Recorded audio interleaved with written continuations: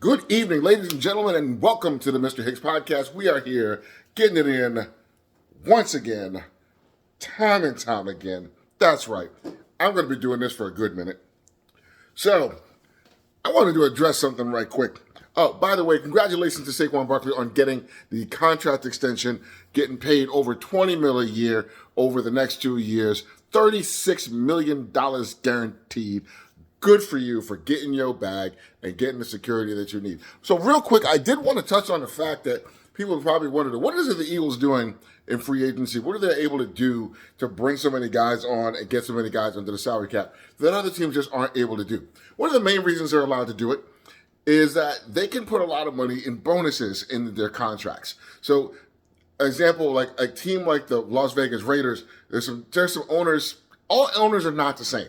Some owners got way more money than other owners, and some of them have revenue streams coming from more than just their team. Some of them are already well established and have a lot of money and are willing to spend it, and others are really kind of piecemealing it out, and they're spending money as they're making money.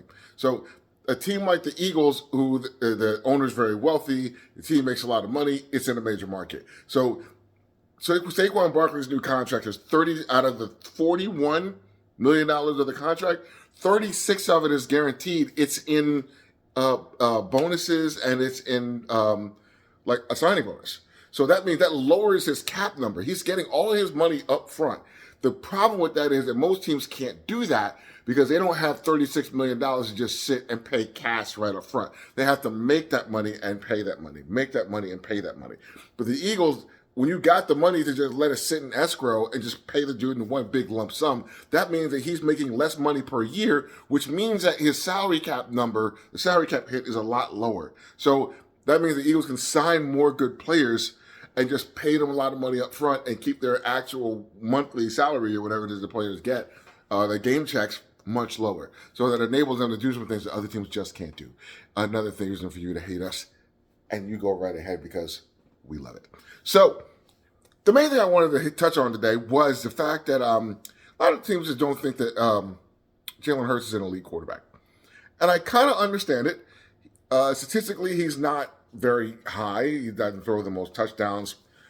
He doesn't throw for the most yards. He doesn't have the high completion percentage. None of those things. He does what quarterbacks are expected to do. He does the thing that quarterbacks are measured by. He wins. And he makes good decisions. He puts players in a position to be successful. He changes the blocking. A lot of Saquon's big runs were on audibles and Jalen seeing something in the defense that allowed them to not only put the players in a position to be successful, but to have touchdown runs. So he's facilitating a lot of other people's things. That thing where he in the Super Bowl, he looked over at A.J. Brown, he's like, hey, and what does he do? Throws a back shoulder fade to him for a first down. Those little things, those are things in communication, the leadership. Those are all the things that he brings to the table. Is he Burrow? No. Is he have the arm like a Stafford? No. Are there some up and coming guys that are also very good that do some things better than him? I like C.J. Stroud. I like Jaden Daniels. I respect the hell out of those guys. What Jalen does is win, and as long as he's there, I mean, remember when he got hurt when the first time they played at Washington, they were up like 17 points, and then he went out and was like, done. So I did want to bring up, especially this warms my heart to bring this up to Cowboys fans. So I never thought that Troy Aikmen was an elite quarterback. I thought he was a good quarterback who did exactly the same thing that Jalen Hurts is doing, who takes advantage of the roster that's in front of him. If you give him a good offensive line, a good running game, and give him great receivers, he takes advantage of it. And that's exactly what Troy Aikmen did.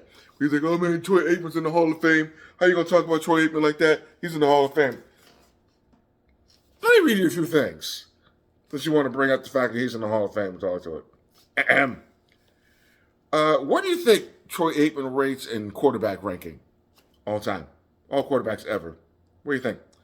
Just so you know, he ranks 43rd. 43rd. Does that sound like some Hall of Fame type numbers to you? Quarterback rating? Steve Young, number one, by the way, by a lot.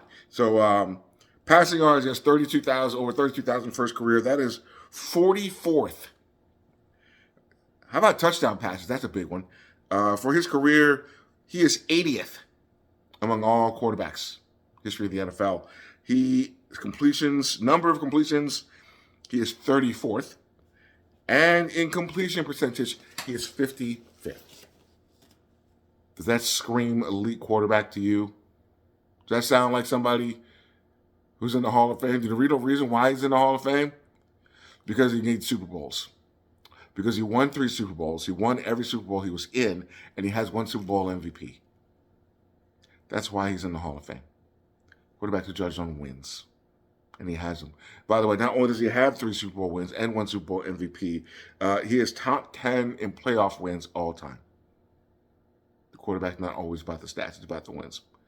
And you say and when people say of course the Eagles were good, of course Jalen Hurts looked good. He's throwing to A.J. Brown. You got Devonta Smith on the other side. You got Saquon Barkley in the background. You got a great offensive line. You know who also had all of those things? Troy Aikmen. Because Troy Aikmen had, I want to rattle this off real quick.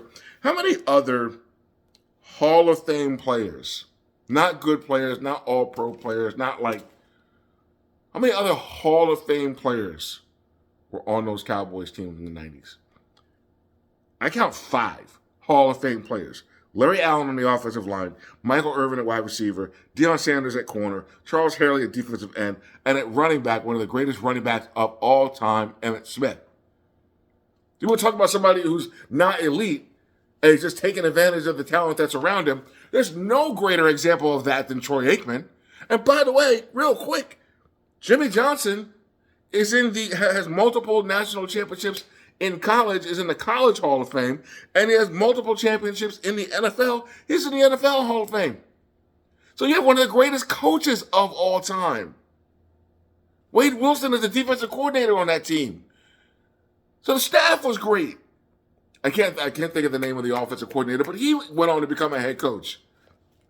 I mean, how about tight end Moose Johnson, Alvin Harper, the other wide receiver, 7-foot high jumper when he was in college. Nate Newton, famous for all kind of other reasons, but he was a multiple-time All-Pro. So, as we're going to say, he's not elite. Maybe he's not. But, it turns out there's some other quarterbacks that are in the Hall of Fame that are not statistically elite, but they won.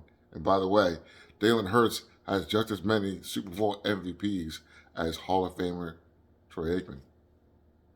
1. That's my time. Take it easy.